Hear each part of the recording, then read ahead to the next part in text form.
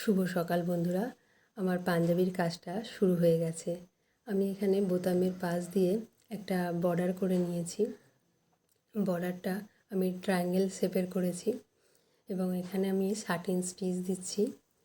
এখানে 4 তারের সুতো নিয়েছি, তোমরা ইচ্ছা করলে আর একটু মোটা সুতোও নিতে পারো।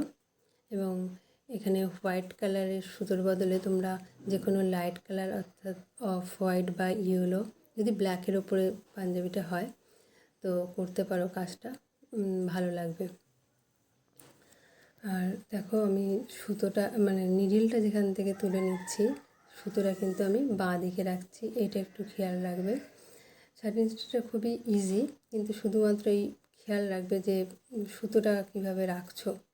তোমরা ভিডিওতে তোমরা স্পষ্ট দেখতেই পাচ্ছ, দেখলেই তোমরা ভালো বুঝতে পারবে।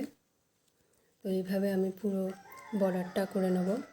আর আমি এই পাঞ্জাবি ডিজাইনটার যে এমব্রয়ডারি কাজটা একটু একটু তোমাদের সাথে শেয়ার করব। তো ভালো লাগলে দেখতে থাকো।